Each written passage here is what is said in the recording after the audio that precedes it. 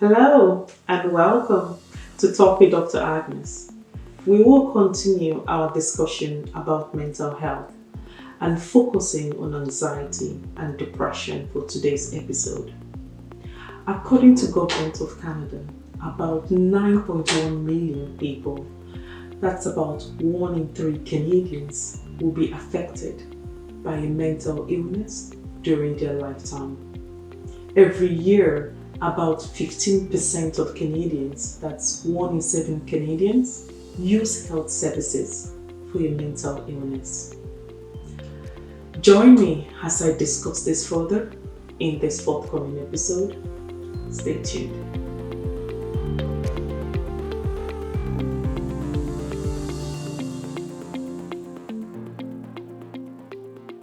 Anxiety is a common emotional and physiological response to perceived or real threats, stressors, or challenges. It's a feeling of fear, unease, or worry about something that may or may not happen in the future. While a certain level of anxiety is normal and even necessary for survival, excessive or persistent anxiety can interfere with daily life and lead to significant distress and impairment. Hence, anxiety disorders are a group of mental health conditions characterized by excessive and persistent anxiety, worry, and fear that interfere with daily functioning. Common anxiety disorders include generalized anxiety disorder, panic disorder, social anxiety disorder, and specific phobias. The symptoms and signs of anxiety disorders can vary depending on the type of anxiety disorder, but some common symptoms and signs include excessive worry or fear, which may be related to specific situations or may be generalized.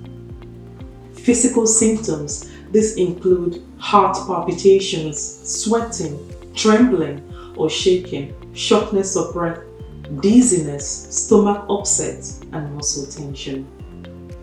Avoidance behavior may include avoiding situations that trigger anxiety, such as social situations, public speaking, or specific objects. Irritability and feeling easily frustrated or agitated. Difficulty concentrating and focusing on tasks or thoughts or focusing on thoughts due to excessive worry or fear. Sleep disturbances, difficulty falling asleep, staying asleep, waking up too early. Panic attacks, sudden and intense periods of fear or discomfort accompanied by physical symptoms. Rituals or compulsions, engaging in repetitive behaviors or mental acts aimed at reducing anxiety. Being constantly alert, on the edge, and looking out for potential threats or danger.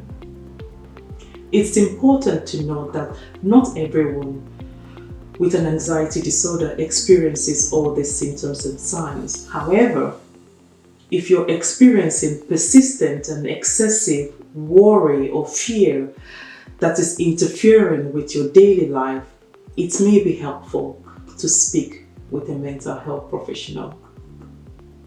So let's talk about sadness.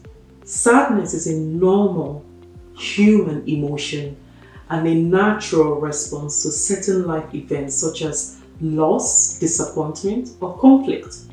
Everyone experiences sadness from time to time, and it can even serve as an important signal that something needs attention and needs to change. Sadness can also have some benefits such as promoting reflection and introspection, increasing empathy and compassion for others, and promoting personal growth and development. However, if sadness becomes persistent and interferes with daily functioning or quality of life, it may be a sign of depression or another mental health condition. It's important to recognize the difference between normal sadness and clinical depression, as depression is a serious condition that requires professional help. Some signs that sadness may have crossed into depression, and these include feeling sad, empty or hopeless most of the day, nearly every day. Loss of interest or pleasure in activities you once enjoyed. Difficulty sleeping or even sleeping too much. Feeling tired or having low energy. Slow thinking, speaking or body movements. Feeling worthless or guilty or fixating on past failures.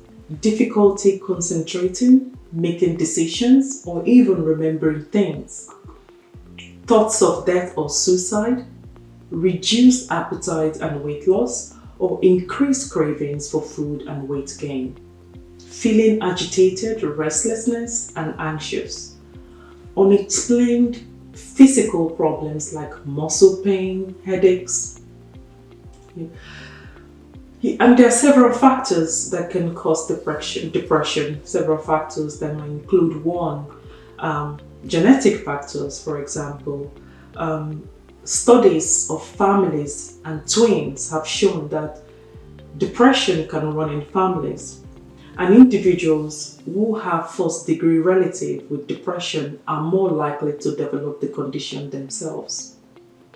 Environmental factors, for example, life events, childhood trauma, chronic stress, substance abuse, seasonal changes could cause depression. Physical factors, for example, chronic pain, diabetes, heart disease, medications as well. Psychological factors, for example, negative pattern of thinking, low self-esteem, poor coping skills, learned helplessness, negative experiences during childhood such as abuse, neglect, or early losses can contribute to the development of depression later on in life. Treatment of anxiety and depression may include starting off with blood tests to rule out physical causes, psychological counseling, medication, or a combination of both medication and counseling and psychology, as well as lifestyle changes. Now let's talk about how you can get help. If you or someone you know is in crisis or immediate danger and need urgent medical support, call 911 now. If you or someone you know is thinking about suicide, call Talk Suicide Canada on this number that was listed now, 1-833-456-4566. Support is available 24 hours a day, 7 days a week, or go to the nearest hospital. You can also book an appointment with a healthcare professional, for example, a family physician, or a mental health professional, for example, a psychologist. You may also want to talk to another trusted professional, such as a counselor or a spiritual leader. I'll leave links below in the description box to useful resources and hotline numbers you can call and self-refer yourself into their services. For example, the Provincial Mental Health and Addiction Crisis Line, Wellness Canada, Canadian Mental Health Association, and you can also call 211 to self-refer yourself to thousands of programs and services offered by the local community groups, non-profits and government departments across Nova Scotia. Alright? I hope today's topic was useful and engaging. Please post your feedback and comment below, and kindly follow Talk with Dr. Agnes on Instagram, Facebook, LinkedIn, and subscribe to my YouTube channel so that you can stay connected by receiving notifications when new videos are uploaded. Like and share this video with someone you care about, and I look forward to connecting with you. Now, for general inquiries about my web series, or you would like to connect and partner with me regarding health promotion concepts, please contact me via email talkwithdragnes@gmail.com.